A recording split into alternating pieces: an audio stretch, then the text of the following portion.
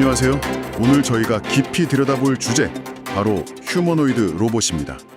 모건 스탠리에서요, 2050년까지 전 세계에 무려 10억 대 이상 보급되고 이게 연간 4.7조 달러 규모의 시장이 될 거라는 예측을 내놨어요. 와, 이게 진짜 가능한 이야기일까요? 네, 뭐랄까 좀 엄청난 숫자죠. 그런데 이 거대한 로봇 군단을 움직이게 하려면 반드시 필요한 자원이 있습니다. 바로 히토류인데요. 아, 히토류요? 네, 이 히토류 확보 문제가 어쩌면 이 로봇 시대의 가장 큰 걸림돌이 될 수도 있습니다. 오늘 이 기술 전망과 자원 문제 한번 같이 짚어보시죠. 좋습니다. 그럼 바로 시작해보죠. 아니, 근데 왜 갑자기 지금 휴머노이드 로봇이 이렇게 뜨거운 감자가 된 걸까요? 역시 AI 발전 덕분인가요? 그게 가장 크죠. 특히 뭐 대규모 AI 모델, 딥러닝 이런 기술들이 발전하면서 로봇의 두뇌가 엄청나게 똑똑해졌어요. 예전 로봇처럼 그냥 시키는 일만 하는 게 아니라 이제 스스로 학습하고 좀 복잡한 작업도 할 수 있게 된 거죠. 스스로 학습한다고요? 네. 물론 뭐 센서라던가 로봇 팔다리를 움직이는 구동기, 이런 하드웨어 기술 발전도 당연히 중요했고요. 그렇죠. 근데 기술만큼 중요한 게 또 비용 아니겠습니까? 지금은 한 대에 뭐 20만 달러, 우리 돈으로 2억이 훌쩍 넘는데 이게 2050년에는 5만 달러, 또 중국에서 만들면 1만 5천 달러까지 떨어진다.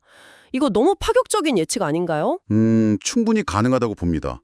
기술이 계속 좋아지고 결정적으로 수백만, 수억 대씩 대량 생산을 하게 되면요, 가격은 정말 확 떨어질 수 있거든요. 아, 규모의 경제 말씀이시군요. 네, 그렇죠. 우리 스마트폰이나 PC 처음 나왔을 때 생각해보면 엄청 비쌌잖아요. 근데 지금은 누구나 쓰죠.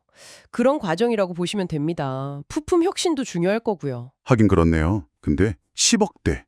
와, 정말 상상하기 힘든 숫자인데 이 많은 로봇들이 다 어디에 쓰일까요? 혹시 우리 집에도 하나씩 들어오는 건가요? 아, 가정용은 아직 좀 시간이 걸릴 것 같아요.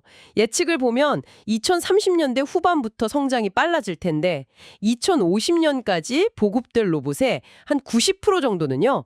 공장이나 물류센터, 상점 같은 산업, 상업 현장에 먼저 투입될 걸로 보고 있습니다. 아, 역시 일터부터군요. 네, 아직은 뭐 사람만큼 섬세하게 일하기도 어렵고 또 안전 문제나 뭐랄까 사회적으로 받아들여지는데 시간이 좀 필요하겠죠? 여기서 또 흥미로운 부분이 보고서를 보니까 중국 기술 발전 속도가 심상치 않다고 하던데요. 맞습니다. 이 부분을 좀 주목해야 하는데요. 중국 정부가 정말 강력하게 밀어주면서 AI 로보틱스 분야에서 미국과의 격차를 엄청나게 빠르게 줄이고 있다는 분석이에요. 어떤 부분을요? 특히 그 로봇의 정밀한 움직임을 만드는 감속기나 모터 같은 핵심 부품들 있잖아요. 이걸 자체 개발하려고 엄청나게 투자하고 있습니다. 단순히 로봇 숫자만 늘리는 게 아니라 기술적으로도 자립하겠다는 거죠. 아, 부품 국산화군요. 무섭네요.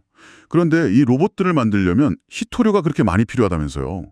로봇 한 대 얼마나 들어가길래요? 네, 이게 정말 핵심적인 문제인데요. 로봇 관절마다 들어가는 작고 힘센 모터가 있거든요. 거기에 네오디뮴, ND 하고 프라세오디뮴, PR 이걸 합쳐서 보통 NDPR이라고 부르는데 NDPR. 네. 이 히토류로 만든 연구 자석이 꼭 필요합니다.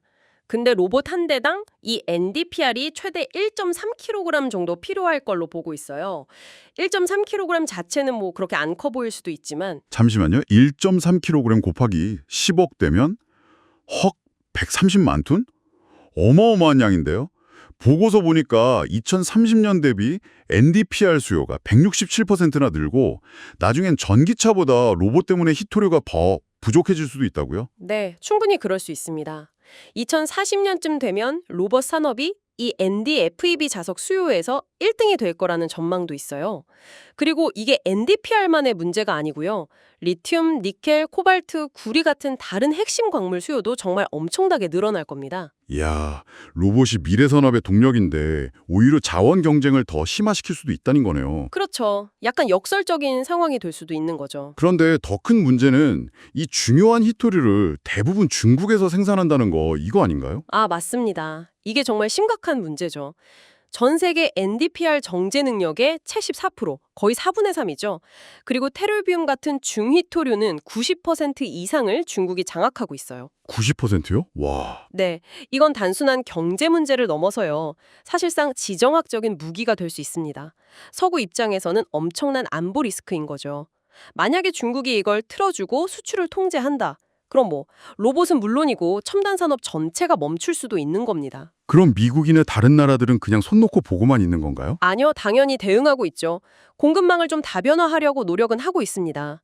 미국의 MP 머티리얼스라는 회사도 있고 호주의 라이나스 같은 기업들이 생산을 늘리려고 하는데요. 네. 네, 이게 쉽지가 않습니다. 새로운 광산을 개발해서 실제 생산까지 가려면 평균적으로 거의 18년 가까이 걸려요. 18년이요? 네. 그러니까 단기간에 중국 의존도를 확 낮추기는 현실적으로 너무 어렵다는 거죠. 그래서 보고서에서도 2039년부터는 희토류 공급 부족이 현실화될 수 있고 2050년에는 필요한 양의 35%가 부족할 수도 있다. 이렇게 경고하는 겁니다. 이야, 상황이 정말 심각하군요. 이런 와중에도 기업들 경쟁은 또 엄청 치열하잖아요. 테슬라 옵티머스, 피규어 AI 이런 이름들 계속 들리고요. 네, 경쟁 정말 뜨겁죠. 테슬라는 당장 내년부터 자체 공장에 로봇 투입하고 연간 100만 대 생산하겠다는 아주 공격적인 목표를 내세웠고요. 100만 대. 그리고 피규어 AI 같은 경우는 MS나 엔비디아 같은 빅테크들한테 투자를 받으면서 기업 가치가 엄청나게 뛰었죠. 심지어 자체 AI 모델까지 개발하겠다고 나섰고요. 엔비디아는 칩으로, 현대차는 또 보스턴 다이나믹스를 인수했잖아요. 그렇죠. 엔비디아는 이제 AI 칩이랑 플랫폼으로 로봇 혁명의 사실상 두뇌 역할을 하겠다는 거고, 현대차 그룹은 보스턴 다이내믹스의 앞선 기술력에다가 자기들의 생산 능력을 결합해서 시너지를 내겠다는 전략이죠. 이미 수만 대 로봇 도입 계획도 밝혔고요. 아마존, 삼성 같은 다른 기업들도 당연히 이 시장을 보고 뛰어들고 있습니다. 자, 오늘 이야기를 쭉 들어보니까 모건 스탠리의 10억대 예측, 이게 좀 과감해 보일 수는 있어도 이 휴머노이드 로봇이라는 게 우리 삶과 산업을 엄청나게 바꿀 잠재력이 있다는 건 분명해 보입니다. 네, 맞습니다. 기술 발전 속도도 중요하고 또 오늘 계속 얘기했던 이 희토류 같은 자원 공급망 문제, 그리고 로봇 만드는 비용, 경제성 문제, 마지막으로 사람들이 이걸 얼마나 받아들일지 이런 여러 변수들이 다 맞물려서 미래가 결정될 겁니다. 그렇죠. 특히 이 희토류를 둘러싼 지정학적 긴장감은 앞으로 점점 더 중요해질 수밖에 없고요. 우리가 계속 지켜봐야 할 부분입니다. 결국 이 로봇 시대라는 게 엄청난 기회인 동시에 또 우리가 풀어야 할 숙제도 정말 많은 도전인 셈이네요. 오늘 저희의 분석이 여러분께서 이 복잡한 미래를 보시는데 조금이나마 도움이 되었기를 바랍니다. 네. 마지막으로 이런 질문을 한번 던져보고 싶습니다. 만약에 로봇이 정말 우리 일의 상당 부분을 대신하게 된다면요. 그렇게 해서 만들어지는 엄청난 부와 기술 발전의 혜택, 이건 과연 누구에게 또 어떻게 나누어져야 할까요? 이 질문에 대한 답은 오늘 저희가 다루진 않았지만 앞으로 우리 모두가 함께 진지하게 고민해야 할 중요한 문제가 아닐까 싶습니다.